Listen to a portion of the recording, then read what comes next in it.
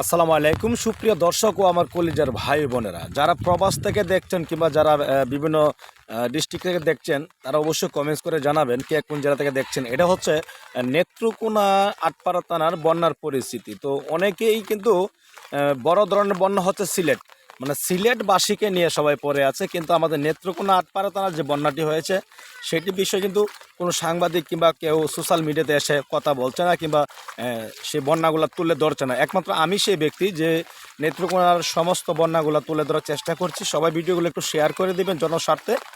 তো সবার প্রতি অনুরোধ থাকবে। তো আপনারা দেখতে পাচ্ছেন এই যে কলা বাগান, এটা হচ্ছে বাড়ি। এই বাড়ির চতুর্পাশে কিন্তু পানি, মানে খুবই অবস্থা খারাপ। এই চুপ। তো এই যে দেখেন বাড়ির, তো বাড়ির পিছন পর্যন্ত পুরাটাই পানি, পুরাটাই পানি। তো আমরা যদি দেখানোর চেষ্টা করি, আপনার বাড়ির সামুকটা যেখানে মানুষ জন হেঁটে বাড়িতে উঠবে, ঘরে উঠবে, সেই জায়গাটা কিন্তু পানি ভরা, দেখছেন। তো কেউ বিশ্বাস করছে, কেউ বিশ্বাস করছে না নেত্রকোনা এত বড় বন্যা হতে পারে, সেটা কখনো কল্পনা করা যায় না।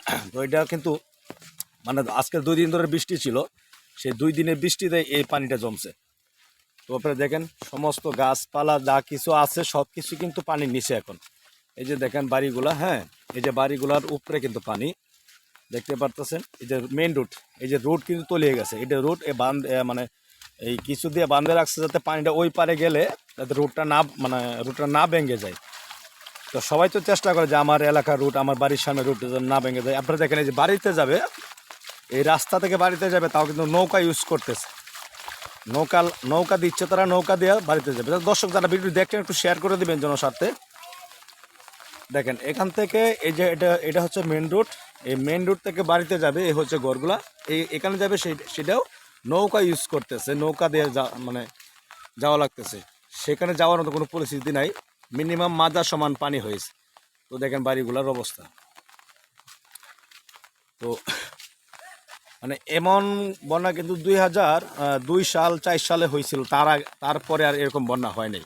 তো হঠাৎ করে এত পানি হয়ে যাওয়ার কারণটা হচ্ছে একটাই, সেটা হচ্ছে যেটা এই ইন্ডিয়ার বাঁধ ছিল, সো ইন্ডিয়ার বাঁধ কিন্তু ভেঙে দেওয়ার কারণে এটা বাংলাদেশের পানি না, এটা হচ্ছে ইন্ডিয়ার পানি। আপনারা দেখতে পাচ্ছেন এই যে বাড়িগুলা কিন্তু পানির নিচে। এই যে এটা কিন্তু বসত বিটা, হ্যাঁ, এটা কিন্তু কোনো নদী না, বসত বিটা। বসত বিটার উপরে এত পরিমাণের পানি। তো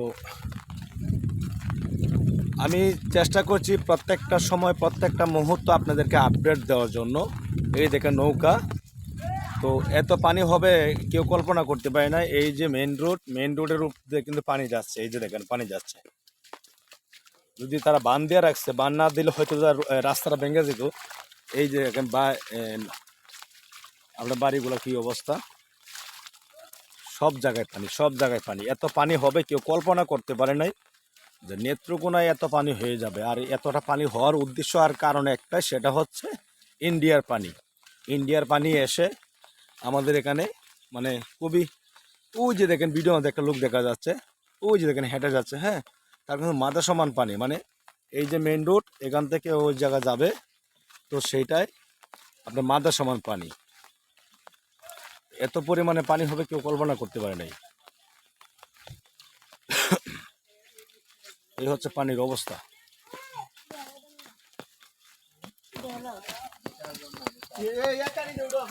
তো এত বড় বন্যা হয়ে যাবে কেউ কল্পনা করতে পারে নাই। তো দর্শক ভিডিওগুলো একটু শেয়ার করে দিবেন, সবাইকে দেখার সুযোগ করে দিবেন, সবাই যেন একটু দোয়া করতে পারে আমাদের নেত্রকোনাবাসীর জন্য।